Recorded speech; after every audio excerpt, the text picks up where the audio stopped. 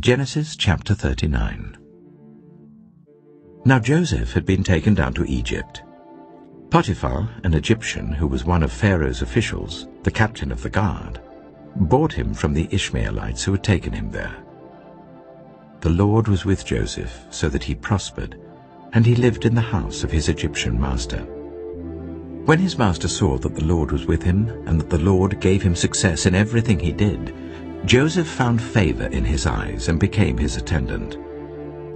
Potiphar put him in charge of his household, and he entrusted to his care everything he owned. From the time he put him in charge of his household and of all that he owned, the Lord blessed the household of the Egyptian because of Joseph. The blessing of the Lord was on everything Potiphar had, both in the house and in the field. So Potiphar left everything he had in Joseph's care. With Joseph in charge, he did not concern himself with anything except the food he ate. Now Joseph was well built and handsome. And after a while, his master's wife took notice of Joseph and said, "Come to bed with me." But he refused. "With me in charge," he told her, "my master does not concern himself with anything in the house. Everything he owns he has entrusted to my care. No one is greater in this house than I am. My master has withheld nothing from me except you, because you are his wife. How then could I do such a wicked thing and sin against God?" And though she spoke to Joseph day after day, he refused to go to bed with her or even be with her. One day, he went into the house to attend to his duties, and none of the household servants was inside.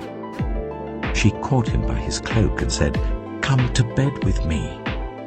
But he left his cloak in her hand and ran out of the house.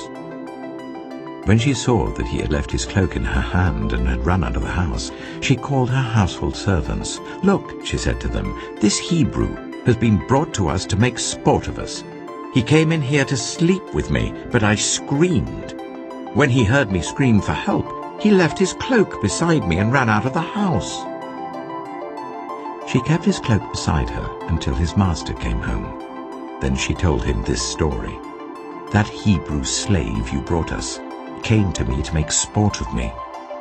But as soon as I screamed for help, he left his cloak beside me and ran out of the house." When his master heard the story his wife told him, saying, "This is how your slave treated me," he burned with anger. Joseph's master took him and put him in prison, the place where the king's prisoners were confined.